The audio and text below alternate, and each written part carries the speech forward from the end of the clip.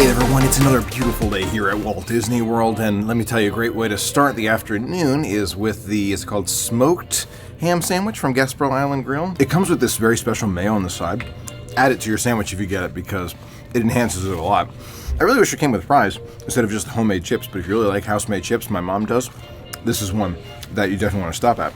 I like the food here. Great for a quick service, quick snack when you're around Magic Kingdom. That really was a good sandwich. Gasparilla Island Grill. It's a quick walk from Magic Kingdom. It's definitely worth it. It really is, especially because I feel like the food in Magic Kingdom sometimes it's not what you expect. So getting something like that, I feel like it's a nice kind of staple. For a few days now, I've been testing the new Genie Plus Lightning Lane system. And I've got to say, it's pretty unique.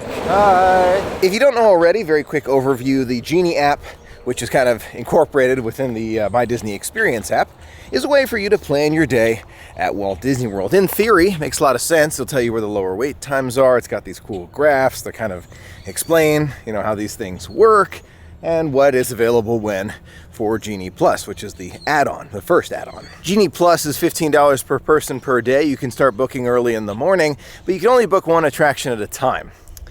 And this is where things start to fall apart a little bit in my mind. In theory, the system was meant to make the guest experience better. It was, in theory. And because of that, you think that, okay, you've got this reservation, you book it, and then you get another reservation, and then you wait, and you book another one. If it was solely meant for guest comfort and convenience, and corporate profits, because that's what it's about too, it would be much easier to say, I'm going to book all these attractions, I'm going to do all these things, I'm going to pay for it in advance, and then we'll be on our way. That's not what we have. Instead, in some ways, it actually adds kind of a complicated mix to the Disney experience, at least in my opinion. In the past, at Walt Disney World, you can show up day of and go and experience the magic. It is so much fun, and you just have fun. And that's it. That's your whole day. Now it takes so much more coordination. That's kind of what I'm talking about today. It's become so complex, in fact, that you have to have a smartphone in order to do most things at Walt Disney World now. And my buddy Adam was actually talking about this in his video, great one by the way, where you have to have a smartphone to experience Walt Disney World. And I personally, as someone who's been going to Walt Disney World since before I was born, don't care for that so much. I love to look at the small details that the Imagineers have put into everything that we see at Walt Disney World, even on a walkway like this. The tree, the bushes right over here, even the lamps right here. If my face is just right here all the time, I miss out on the things that are in front of me. Not just in the parks, but outside the parks too. Views like this of the Grand Floridian over there, the Polynesian, the Contemporary. Times have changed, there's no question, right? I'm not saying times haven't changed and cell phones add a lot of convenience to our lives, no question. But at Walt Disney World, I think they've overdone it. I think that the implementation of smart technology at the parks has been overdone, my opinion. I tested this out just a little bit the other day.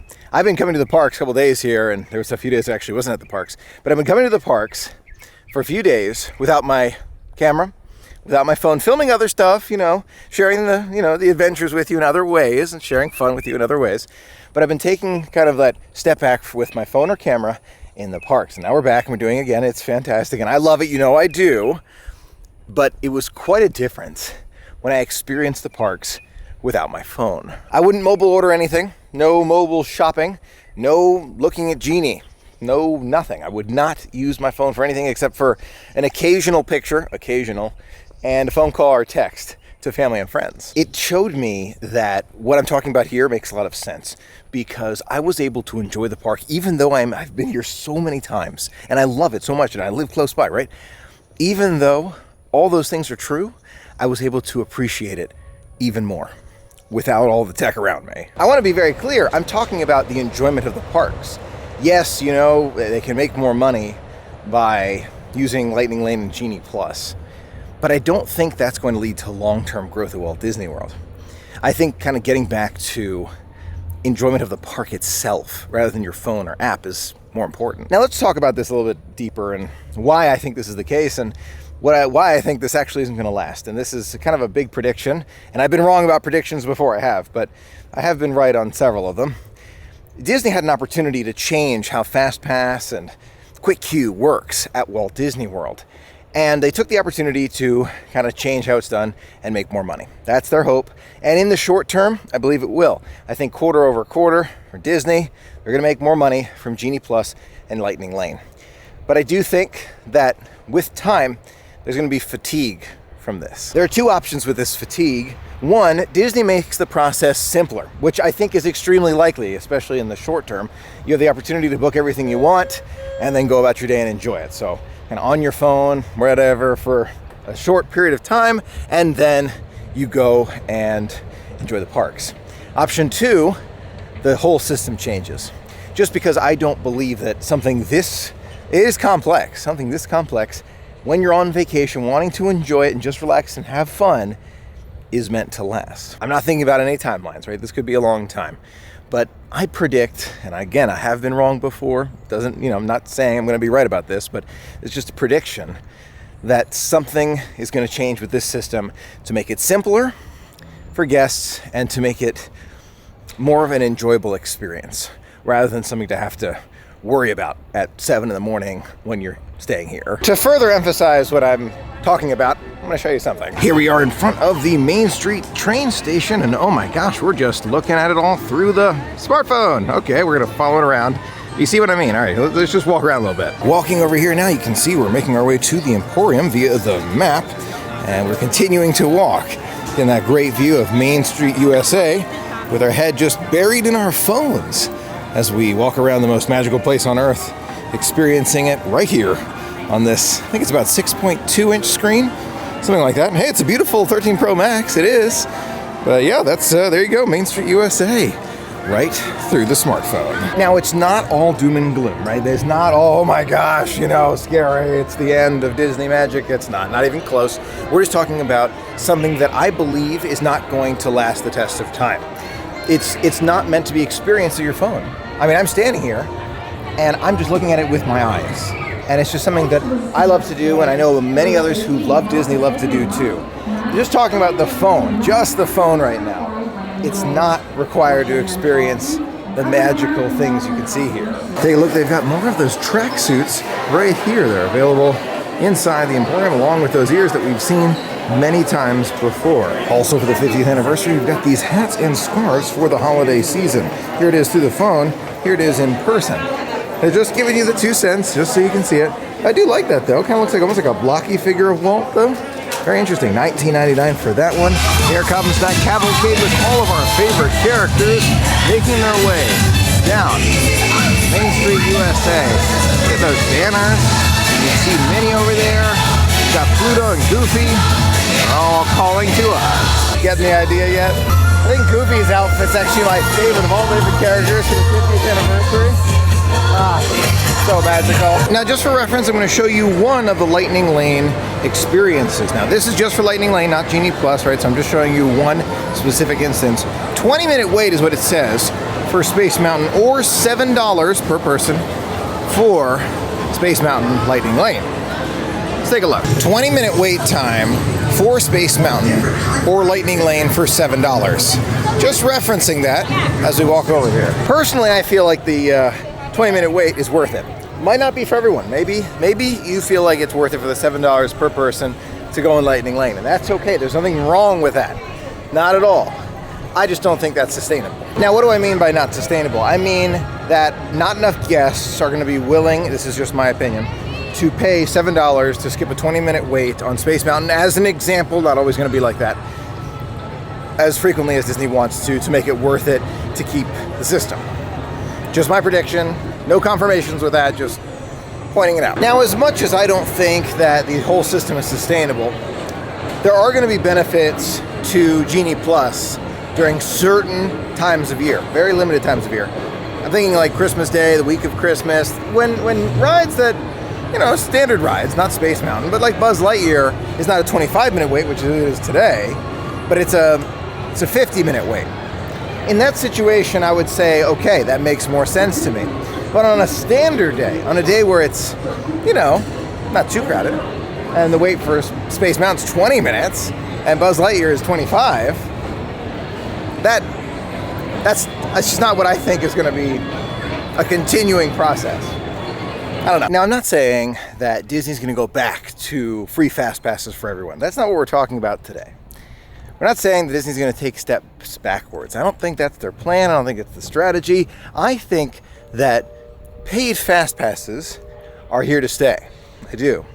But I think the system is so complicated for not just, the Disney vacationer who's like a casual traveler, but even for some of us who take the time to research it and to figure out what time we have to click the button to get certain, lightning lanes on certain times.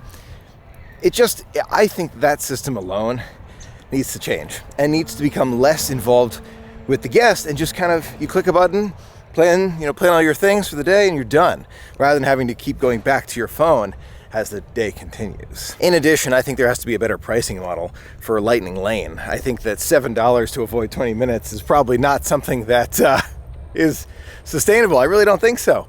But on the other hand, how can they change that, without knowing exactly how long the line is? Because maybe the line got really long in a matter of 20 minutes, then they got to change the price just as quickly. So maybe we would get artificially inflated wait times if we did that. So what's the solution? Not sure, but I think it's less involvement with the guest on their phone. There's too much of it with the current system. Now, while we're here together, let's talk about at least one solution that I can think of when we're thinking about Walt Disney World. Disney wants to continue making money. They want to make more money, at the parks. Okay, trying to think about that objective. Tough to do, but we're thinking about it. We charge a flat rate, Genie Plus, but instead of having to book a reservation for every ride, every 2 hours or whatever, you just have the ones you want to go to. You have, let's pretend it's like, what do you think, 3? No, let's say 5. 5 guaranteed attractions, and then 3 additional attractions that Disney will try to get you to during the day. They already have the technology to know what the lines will look like during the day. They've had that information and numbers for so long. So why not just, say, okay, guest, how about these 2 in the morning and these 3 in the evening? And you say, okay, and then you're on your way. You don't have to keep touching it your phone throughout the day. Genie Plus, that's an easier one to fix. Just less involvement on the phone. It's too involved. It's too much. It's also too expensive, in my opinion. Lightning Lane, I feel like just lowering the cost would help. I really do. And kind of following what the crowds look like at that moment. Now, I do want to address something else because I think it's worthy of addressing. I got to give credit where credit's due. If you do not want to pay for Genie Plus, or you don't want to pay for Lightning Lane, you don't have to. You don't. You can stand in line. I give some credit for that. I really do, because I think that's important to have the option of choice. You do not have to spend the additional money. I'm happy about that. That being said, I think it's very, very important that guests not feel diminished, like they aren't getting the full Disney experience if they don't. And that's, I think, critical. We'll continue to see changes with the system in the coming weeks and months ahead. I have no doubt in my mind. But I think it's important that you still get the full Disney experience. Maybe less rides, okay, but the full Disney experience, even if you don't want to pay the additional premium. Nobody knows what the future holds at Walt Disney World, but it was built on the principle that the entire family could come and enjoy the magic together. And I think that making that happen in a way that's easy for the whole family, I think is really the key behind Walt Disney World. I believe that in the end, our love of Disney doesn't come from the rides that we get to go on. It comes from the entire experience. And this is why I'm so adamant about putting your phone down when you're at Walt Disney World, because again, you do not love a place just because of a ride. It's the whole thing. It's everything. It's everything. It's hard to describe it, and if you haven't felt it before, it's worth trying to feel in the future. It is. And all it takes is putting that phone down, just trying to take it all in. Take it all in. Appreciate why it was made. Appreciate why the concept came together of family togetherness and just friends coming together. It came together so that we could all enjoy it, right? Not just about the rides. Now, those are just a few of my opinions about the new Genie Plus service, Lightning Lane. Let me know what you think. in the comments. Do you think this system is perfect? Like, it's easy, $15 per person per day, it works for you and your family. It's a way to kind of skip the line and choose your fast passes that you want. Or would you prefer a different kind of system? You know, something that's just easier to use, maybe a little less expensive, and not as involved with your phone throughout your entire day of vacation. Let me know in the comments below. Love to hear from you. Thanks so much for being a part of the magic with me today. Until next time, have a magical day.